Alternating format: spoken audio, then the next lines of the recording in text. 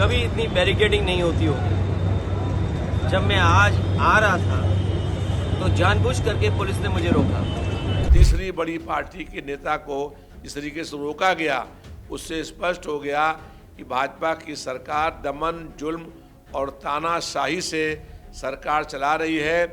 Bharatiya Janata party की सरकार वक्फ bill ला करके वक्फ की जमीनों पर कब्जा करना चाहती है, लेकिन करुणी सेना के एक नेता ने कहा है कि जो उनकी हत्या कर देगा उसको हम 25 लाख रुपया देंगे। तो इस तरीके से भारतीय जनता पार्टी की सरकार में खुलेआम हिंसा और हत्या करने की बातें होना ये पूर्ण रूप से गलत है। ये योगी आदित्यनाथ जो धर्म की बात करते हैं, उन नवरात्र में शराब की दुकानों पर जो शराब बिक रही है, क्या उनको दिखाई नहीं पड़ रही है कि KFC में गाय का गोश्त बिकता है, लेकिन भाजपा की सरकार ने KFC की दुकानों को बंद नहीं करवाया है।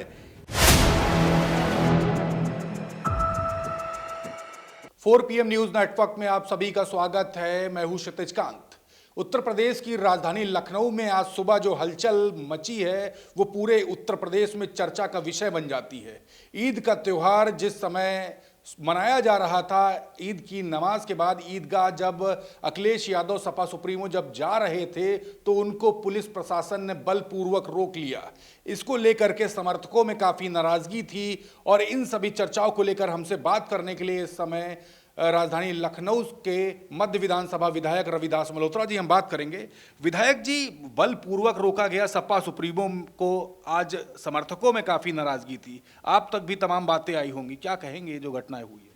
सभी देशवासियों को ईद की बहुत बहुत मुबारकबाद। आज पूरे प्रदेश में अमन और चैन के साथ ईद का त्यौहार मनाया गया। आपस में हम लोगों ने गले मिल कर के ये संदेश दिया कि हम लोग मोहब्बत का पैगाम फैलाएंगे, दिलों को जोड़ने का काम करेंगे, हिंदू मुस्लिम एकता और भाईचारे को मजबूत करने का काम करेंगे। यहाँ ईदगाह में हर वर्ष ईद के दिन नमाज होती है और समाजवादी पार्टी के राष्ट्रीय अध्यक्ष, प्रदेश के पूर्व मुख्यमंत्री अखिलेश यादव जी वहाँ पर आते हैं। आज जब हम लोग वहाँ पर मौजूद थे, काफ़ी देर तक मालूम हुआ कि अखिलेश जी घर से निकले हुए हैं और वहाँ पर नहीं आए। तब मालूम हुआ कि पुल से पहले पुलिस ने बलपूर्वक उनको रोक लिया और लगभग आधा घंटा पुलिस ने उनको रोकने का काम किया। प्रदेश की सरकार नहीं चाहती थी कि ऐशबाग ईदगाह में जो वहाँ नमाज पढ़े लोग आते हैं उसके बाद बड़ा हजूम इकट्ठा होता है, उनको समाजवादी पार्टी के राष्ट्रीय अध्यक्ष माननीय अखिलेश यादव जी ईद की बधाई देते हैं, वो ना दे पाएँ, इसलिए प्रदेश सरकार ने उनको बलपूर्वक रोकने का काम किया। लेकिन वहाँ पर बहुत बड़ी संख्या में हजूम इकट्ठा हो गया और तमाम लोग इकट्ठा हो गए। उसके बाद अधिकारी वहाँ पर आए और फिर अधिकारियों ने आधे घंटे के बाद उनको वहाँ से जाने दिया और तब वो ईदगाह पहुँचे। इससे स्पष्ट है कि भारतीय जनता पार्टी की सरकार नफरत फैलाने का काम कर रही है। अगर कोई ईद के दिन त्यौहार है, सब लोग मिल कर के ईद और होली मनाते हैं, आपस में गले मिलते हैं, बधाई देते हैं। भारतीय जनता पार्टी की सरकार इस सांप्रदायिक सद्भाव को खराब करना चाहती है।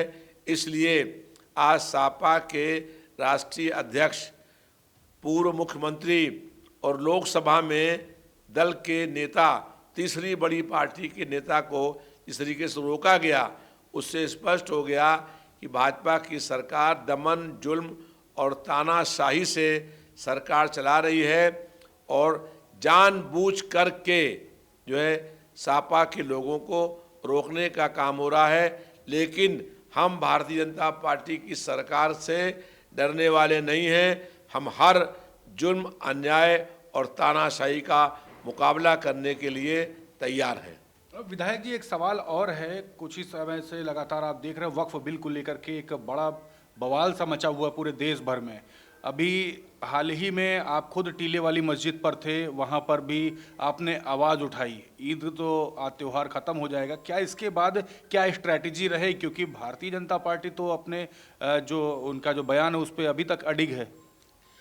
भारतीय जनता पार्टी की सरकार वक्फ बिल ला करके वक्फ की ज़मीनों पर कब्जा करना चाहती है। वक्फ की अधिकांश ज़मीन पर गरीब लोग रहते हैं, झुग्गी झोपड़ी बनी हुई है, कच्चे मकान बने हुए हैं, मलिन बस्तियां हैं। इनको बुलडोजरों के माध्यम से गिरा करके इस ज़मीन पर कब्जा करके बड़े पूंजीपतियों को बेचने के लिए सरकार ये बिल ला रही है। वक्फ बिल का पूरे देश में विरोध हो रहा है, उसके बावजूद भी भाजपा की सरकार वक्फ बिल ला करके और उनकी ज़मीनों पर अवैध तरीके से कब्जा करना चाहती है। इसके विरोध में पूरे देश भर में सभी लोगों ने काली पट्टियां बांध करके विरोध करने का काम किया था। आगे भी भाजपा सरकार के इस दमन और जुल्म के खिलाफ वक्फ बिल के अगर पेश किया गया तो उसके खिलाफ में पूरे देश में आंदोलन करने के लिए हम लोग मजबूर होंगे। विधायक जी, पुलिस कस्टडी में मौतों का सिलसिला लगातार जारी है। अभी अंबेडकर नगर से ही एक मामला आ रहा है जहां पर अजय कुमार नाम के एक कैदी की मृत्यु हो जाती कस्टडी में। उसको लेकर के भी तमाम सवाल खड़े हो रहे हैं, आखिरकार कस्टडी में ऐसा हो क्यों रहा है? आपका क्या कहना है? पूरे प्रदेश में पुलिस दूसरी पार्टी से पैसा ले करके एक पार्टी के ऊपर फर्जी मुठभेड़ कर रही है। पुलिस कस्टडी में लोगों की हत्या हो रही है, जेल के अंदर हत्या हो रही है। और अंबेडकर नगर में की जेल में एक अजय कुमार नाम के व्यक्ति की कल रात में मौत हो गई। हम लोग ये मांग करते हैं कि जितने भी पुलिस की फर्जी मुठभेड़ें हुई हैं, पुलिस कस्टडी में लोगों की मौतें हुई हैं और जेल में जो मौतें हुई हैं और अजय कुमार जी की जो मौत हुई है, उसके एक जांच करने के लिए कोई उच्च स्तरीय कमेटी बनाई जाए और उस कमेटी के माध्यम से जो दोषी लोग हैं उनके खिलाफ कड़ी से कड़ी कार्रवाई होनी चाहिए। अब विधायक जी, एक सवाल आखिरी करूंगा। रामजी लाल सुमन को लेकर के भी तमाम बयानबाजी चल रही है। भाजपा के तमाम विधायक भी इस तरीके की, नेता भी इस तरीके की बयानबाजी कर रहे हैं। कहीं ना कहीं स्ट्राइक करने की कोशिश की जा रही है आपके पीडीए के समीकरण को। और दूसरी तरफ देखा ये पूरा बवाल करणी सेना के बयान के बाद, करणी सेना के पूरे कार्य के बाद से ये शुरू हुआ है। इस पर आप कैसे देखते हैं? आपका नज़रिया क्या है? देखिए, जो हमारे महापुरुष लोग हैं उनके बारे में कोई टिप्पणी किसी को नहीं करनी चाहिए। और अगर कोई टिप्पणी कर दिया भूल से और उसने गलती मान ली तो उसको फिर माफ़ करिए। लेकिन करणी सेना के एक नेता ने कहा है कि जो उनकी हत्या कर देगा उसको हम 25 लाख रुपया देंगे। तो इस तरीके से भारतीय जनता पार्टी की सरकार में खुलेआम हिंसा और हत्या करने की बातें होना ये पूर्ण रूप से गलत है। अगर उन्होंने अपनी गलती की क्षमा मांग ली और उसके बावजूद जो है हम लोगों ने कहा कि नहीं, उन्हें जानकारी नहीं थी और अगर उन्होंने कोई बात भूलवश कह दी है तो उसको माफ़ कर दीजिए। ये बात सही है कि शिवाजी, महाराणा प्रताप या राणा सांगा, इन्होंने लड़ाई लड़ने का काम किया था बहादुरी के साथ। ये देश के महापुरुष हैं। किसी भी महापुरुष के, किसी भी धर्म के महापुरुष के खिलाफ किसी को भी नहीं बोलना चाहिए। और भारतीय जनता पार्टी की सरकार जनता के मुख्य मुद्दों से जनता का ध्यान बांटने के लिए इस तरह से जो प्रचार करने का काम कर रही है कि जनता अलग मुद्दों में उलझ जाए और उलझ करके मुख्य मुद्दों पर चर्चा न होने पाए। विधायक जी, एक मामला काफी तूल पकड़ रहा है पूरे प्रदेश भर में। ये नवरात्रि के बीच में मीट की शॉप बंद कर दी गई, इससे काफी नाराजगी है जो गोश्त खाते हैं उनके बीच में। क्या है इस पर आपकी राय? भारतीय जनता पार्टी की सरकार ने नवरात्र में मीट की दुकानें बंद करने का आदेश किया। हमने ये मांग करी कि अगर मीट की दुकानें बंद हो रही हैं तो शराब की दुकानें बंद हो, और देसी शराब, अंग्रेजी शराब, मॉडल शॉप और बार सब बंद हो जाइए। अब भाजपा की सरकार में नवरात्र के मौके पर खुलेआम शराब बिक रही है और कई जगहों पर जहां पर हमारी बहन और बेटियां पूजा करने जा रही हैं उसी के बगल में शराब बिक रही है। ये भाजपा की सरकार है। ये योगी आदित्यनाथ जो धर्म की बात करते हैं, उन नवरात्र में शराब की दुकानों पर जो शराब बिक रही है, क्या उनको वो दिखाई नहीं पड़ रही है? और अगर वो केवल वस्त्र पहनने से कोई योगी नहीं होता है, उसके कर्म ऐसे होने चाहिए कि वो योगी हो। इसलिए प्रदेश सरकार से हमारी मांग है कि नवरात्र में तत्काल रूप से सभी शराब की दुकानें, मॉडल शॉप और बार बंद होने चाहिए। विधायक जी, एक सवाल और भी है। केएफसी की जो शॉप है, जो कॉरपोरेट शॉप्स हैं, वो खुली हुई है, वहाँ पे वो गोश्त बेच रहे हैं अपने जो कॉरपोरेट शॉप्स है, लेकिन जो आम दुकानें वो बंद करी गई है। केएफसी जो है ये बड़े पूंजीपतियों की कंपनी है, वहाँ पर जो है वो गोश्त बिक रहा है और यहाँ तक की भी खबर है कि केएफसी में गाय का गोश्त बिकता है। लेकिन भाजपा की सरकार ने केएफसी की दुकानों को बंद नहीं करवाया है, केवल जो छोटे दुकानदार हैं उन दुकानों को बंद कराया है। तो भारतीय जनता पार्टी की सरकार की दोगली नीति स्पष्ट हो गई है कि केएफसी की शॉप जहां मीट मिल रहा है वो खुली हुई है, शराब की दुकान पर शराब बिक रही है, मॉडल शॉप दुकानों पर जो है लोग बैठ करके शराब पी रहे हैं और जो बार है वहाँ पर शराब पी रहे हैं। और कई जगहों पर मंदिर के लिए पूजा करने वाली जो हमारी बहन और बेटियां हैं वो निकल रही हैं और वहाँ पर शराब पी रहे हैं। विधायक जी, बड़ा बयान दे दिया, इसके बाद प्रदेश में तो चर्चा होने लगेगी। आपने कह दिया केएफसी में गाय का गोश्त तक बिक रहा है।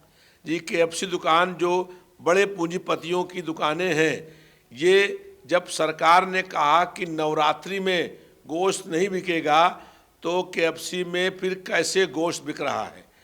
भारतीय जनता पार्टी की सरकार के मुख्यमंत्री से मेरा सवाल है कि वो जाकर के जांच करें कि केएफसी में कहाँ का गोश्त बिक रहा है, किस जानवर का गोश्त बिक रहा है और कैसे बिक रहा है।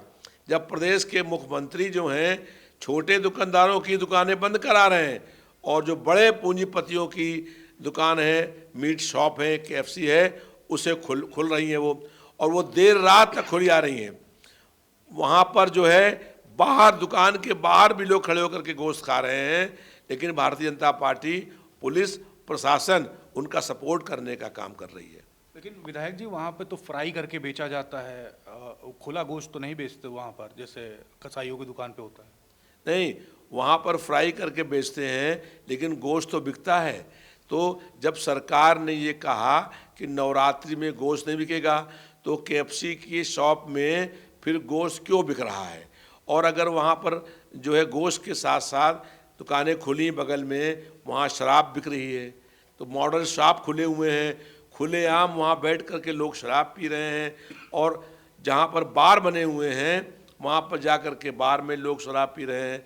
तो भारतीय जनता पार्टी एक और तो नवरात्र की बात करती है, तो फिर शराब की बंदी की बात क्यों नहीं करती है? क्योंकि शराब बंदी जो है बड़े बड़े पूंजीपतियों की वहाँ दुकानें हैं। केएफसी में फिर गोश्त क्यों बिक रहा है? तो भारतीय जनता पार्टी से जो है जनता जान गई है कि इनकी कथनी और करनी में जमीन आसमान का अंतर है। बहुत बहुत धन्यवाद। तो आप रविदास मल्होत्रा जी को सुन रहे थे। साफ कह दिया है कि केएफसी की जो दुकानें हैं वो क्यों खुल रही हैं। जो गोश्त अगर बिकने के लिए अगर बैन लगा दिया गया है नवरात्रि भर, तो केएफसी की दुकान भी बंद होनी चाहिए। साथ ही साथ शराब की दुकान भी बंद होनी चाहिए, क्योंकि नवरात्रि में जब माताएं और बहनें जब पूजा करने के लिए निकलती हैं तो उनको अराजक तत्वों से काफ़ी दिक्कतों का सामना करना पड़ता है। और साथ ही साथ वक्फ बिल को लेकर के हमारी बात होती है। समाजवादी पार्टी साथ में मुसलमानों की खड़ी रहेगी, और रविदास मल्होत्रा जी ने ये भी कहा है कि खुल करके विरोध किया जाएगा वक्फ बिल का सदन में। और साथ ही साथ आज सपा सुप्रीमो अखिलेश यादव को ईदगाह जाने से रोका गया, उसमें खासा नाराजगी व्यक्त की है। अपनी रिपोर्ट कैसी लगी आपको कमेंट बॉक्स में लिखते रहिएगा और जुड़े रहिएगा 4 PM न्यूज़ नेटवर्क के साथ। मैं हूं क्षितिज कांत, कैमरा पर्सन शुभम के साथ। धन्यवाद। है।